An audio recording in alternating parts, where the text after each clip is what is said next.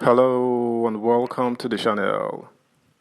Protesters stormed the All Progressives Congress APC HQ yesterday, making demands of President Bola Ahmed Tinubu over a ministerial position that is yet to be taken up, Ministry of Youth.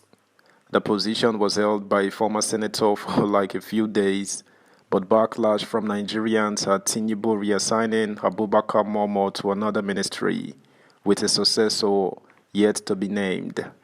Let's delve into the news.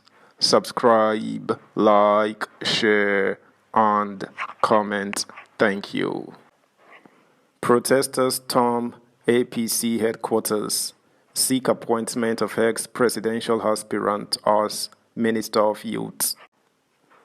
The Progressives Ambassadors of All Progressives Congress APC project in Abuja has called on President Bola Ahmed Tinubu to consider appointing Dr. Nicholas Felix, a former presidential aspirant of APC, as the Minister of Youth. The group believes that this appointment will be a significant addition to the current administration.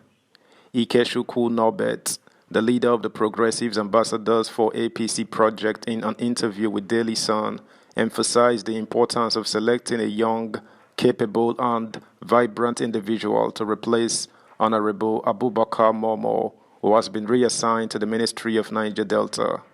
The group believes that Dr. Felix, a 42-year-old youth advocate, mentor, successful business person and pastor, possesses the qualities necessary to effectively represent the interest of Nigerian youth. We passionately and joyfully recommend Dr. Nicholas Felix, the Deputy National Coordinator of the APC Presidential Campaign Council and the 2023 youngest APC presidential aspirant, stated Norbert. He further highlighted Dr. Felix's dedication to bridging the gap for youthful representation and his proficiency in youth-centric matters. In expressing their gratitude to President Tinubu, the group acknowledged his commitment to fulfilling his promise of including women and youth in his cabinet. They commended the president for his efforts in ensuring women comprise more than 25% of the ministerial appointments. However, the group noted that youth representation is currently less than 10%, urging for more significant involvement of young individuals in decision-making roles.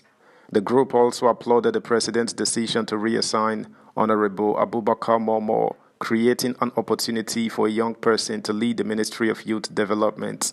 They highlighted that around 60% of Nigeria's population is under the age of 25, making it crucial to harness the potential of the youth for national development, especially in the digital age. Sun reports that the Progressives Ambassadors for APC project, a youth-based support group, is dedicated to monitoring projects, offering advisory roles, and ensuring the enforcement of party policies and programs. There was anxiety at the headquarters of the All Progressives Congress APC yesterday, following the announcement of candidates to fill the vacant positions in the National Working Committee (NWC) and the zonal leadership of the party.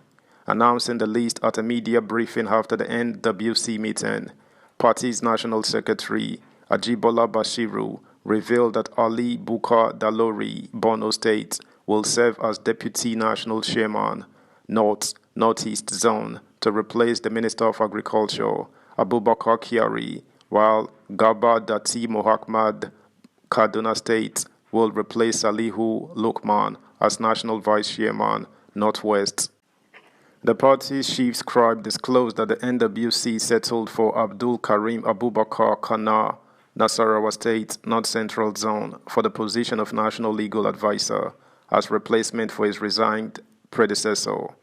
He also announced Donatus Nwakba, Abia State, as the new National Welfare Secretary, Southeast Zone, to replace the late Friday Nwonsu, and Mary Alile Idele from Edo State, emerged National Women Leader, South-South. The ruling party equally settled for Duro Meseko, Kogi State, as Deputy National Publicity Secretary, North Central Zone, to replace Yakubu Ajaka, just as Ikani Shuaibu Okolo, Kogi State, takes the position of Zonal Organizing Secretary, North Central. However, The announcement for Abia, Kogi, and Cross River generated controversy shortly after, as party's leaders and chieftains like the Minister of Humanitarian Affairs, Betta Edu, who had earlier recommended Dr. Stella Ode Ekbo, allegedly lost to the candidate of Adams Oshiomhole. It was the same scenario in Kogi State, where the candidate of Governor Yahaya Bello lost to the candidate of James Faleke for the position of the Deputy National Publicity Secretary. For Abia State, it was equally alleged that the candidates recommended by both the Deputy Speaker, House of Representatives Benjamin Kalu, and the State Chairman Ikeshi Emenike both lost to the candidate of Governor Hope Uzodinma. Interestingly, shortly after the announcement, the former women leader, Edu, stormed the National Secretariat around 6:20 p.m. to protest the dropping of a candidate who had already practically resumed office and left around 45 minutes later. Subscribe, like, share, comment, and please turn the notification bell on. Thank you. A group of protesters under the aegis of the natives on Wednesday backed the Minister of the Federal Capital Territory, FCT, Nyesom Wike, over his threat of demolition of illegal structures in the FCT, saying the former governor of Rivers State was merely assuring Nigerians he would follow due process. Niger News recalls that Wike had stirred reactions after vowing to demolish houses illegally constructed in the nation's capital during a press briefing at his new office in Abuja on Monday. The threat has unsettled many residents in the FCT, with many alleging that Wike might toe the path of ex-FCT Minister Nasir El-Rufai, who developed a reputation for demolition in his bid to sanitize Abuja.